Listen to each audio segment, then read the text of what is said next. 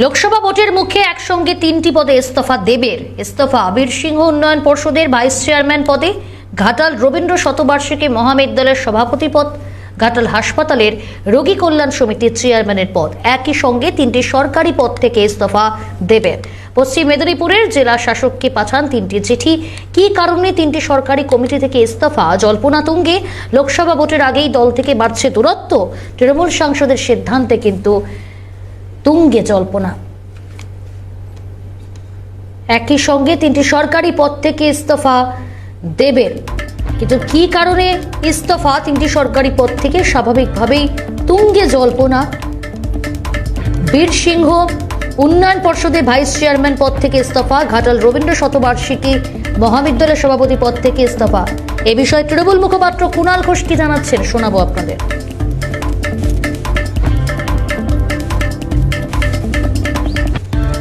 পরিষ্কার করার কোনো বিষয় নেই। একজন আপনারা দেখেছেন তিনি কোনো পদ থেকে সরে গেছেন, তো কেন সরেছে তার ব্যক্তিগত বিষয়। আর ভোটের আগে তো এগুলো তো সকলকে ছাড়তেও হবে, ফলে সেই প্রসেসটা কি প্রসেস নয় সেগুলো সবাই দেখে নেবে। আরে শুটিংয়ে বিদেশ যেতে পারে তো। বিজেপি রাজ্য সভাপতি সুকান্ত মজুমদার কি বলেছেন শুনুন। নিশ্চয় মনে আছে দেবের ফিল্মে, সিনেমাতে গরু পাচার এবং কয়লা পাচারের টাকা লগ্নি হয়েছে বলে দেবকে ডেকে পাঠানো হয়েছিল কেন্দ্রীয় তদন্তকারী সংস্থার পক্ষ থেকে।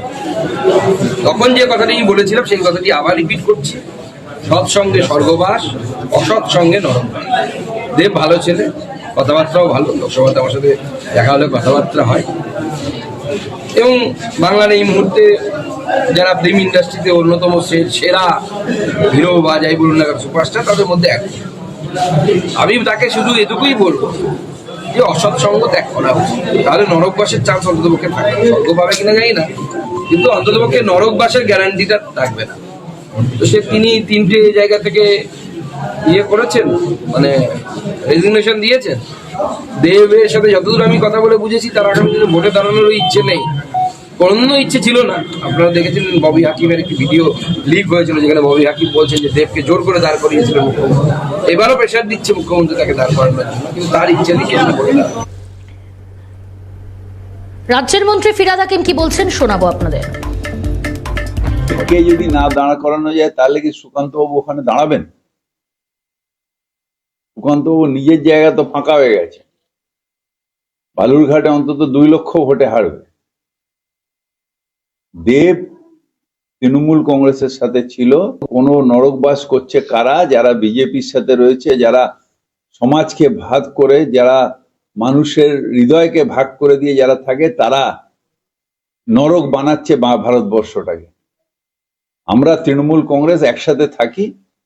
মমতা ব্যানার্জি বিশ্বাস করেন যে আমরা সব ধর্মের সব মানুষ একসাথে থাকি, আমরা সংহতির সাথে ভারতবর্ষে থাকি। তাই আমাদের সাথে যারা থাকবে স্বর্গে থাকবে, নরকে থাকবে যারা বিজেপির সাথে।